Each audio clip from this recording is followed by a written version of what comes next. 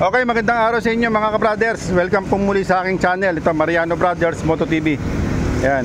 Meron po tayong may share sa inyo sa oras na to tungkol po dito sa motor ng ating subscriber na dumayo po sa atin dito sa Tagpos.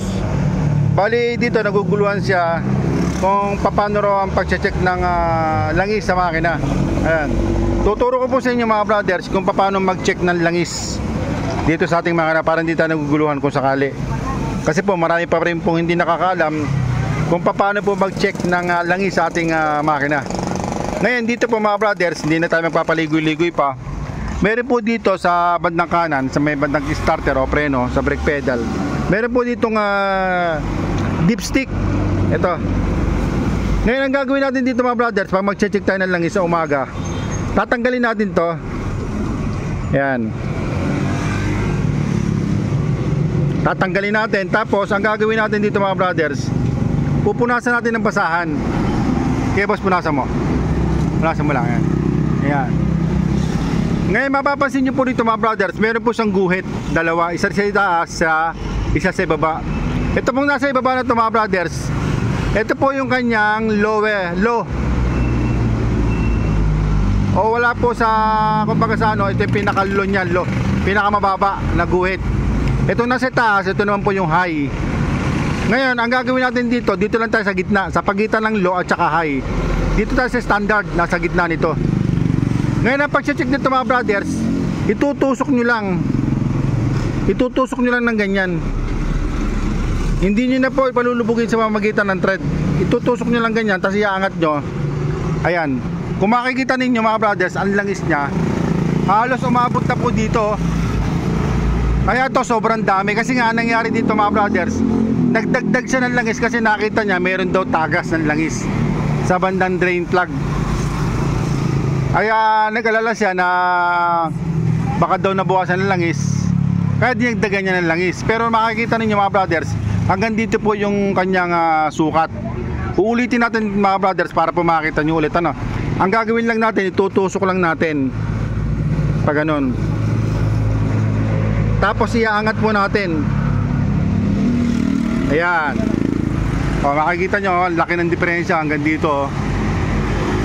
Ngayon, sobra siya ng marami. Dapat hanggang dito lang, dito lang.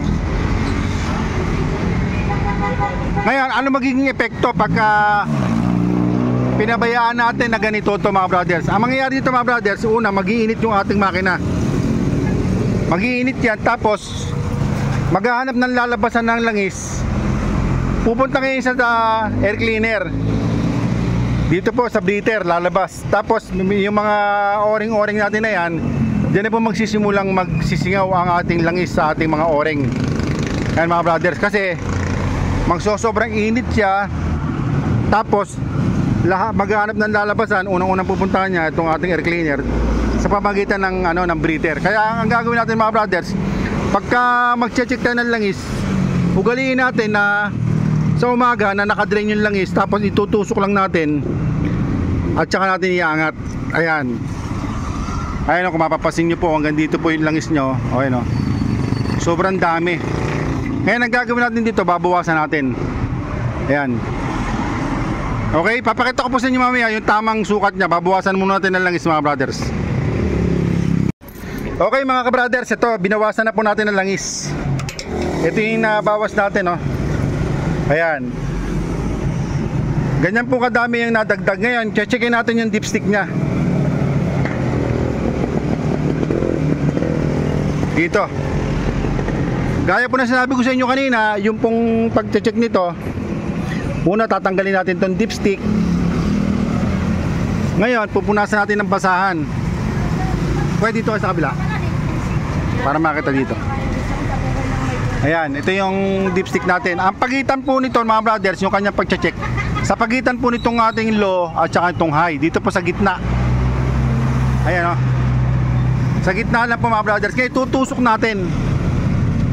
Ayan, ganyan lang po mga brothers. Tapos pag tusok natin na ganyan, iangat lang natin. Ayan. Ayan, ganyan lang po mga brothers O isa pa, punasan mo boss. Ayan, tutusok natin.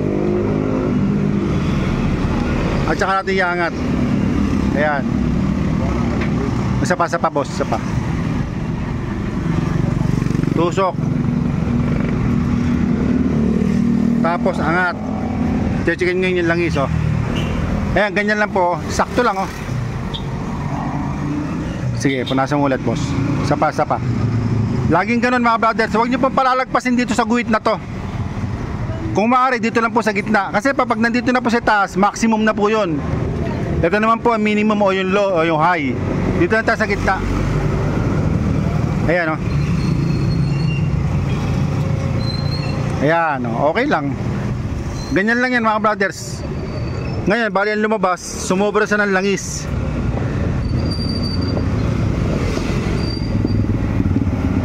Ito yung langis na sumobra, mga brothers, oh. Ang dami, oh. Ito. Ayan, oh. Halos nasa ano to, mga brothers, nasa 400 to. 400 ml. Okay, mga brothers, yan lang po yung ating may bibigay sa inyong tip kung paano mag-check ng ating langis sa ating makina. Okay? Sige po, hanggang dito lang. Maraming po salamat, mga brothers. Mabuhay po kayong lahat.